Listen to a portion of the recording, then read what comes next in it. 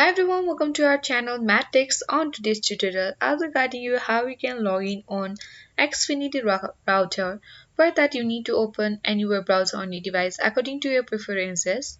Once you are here on the Chrome browser, you need to type a URL Xfinity router login.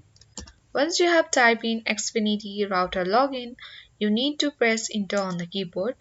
And on this result session, you can find Xfinity router login link and you need to click on this link. You'll be access to this page where you are instructed so how to log into Xfinity router. Open a browser and type 10.0.01 in the address bar. Enter your user admin and password and click on the login.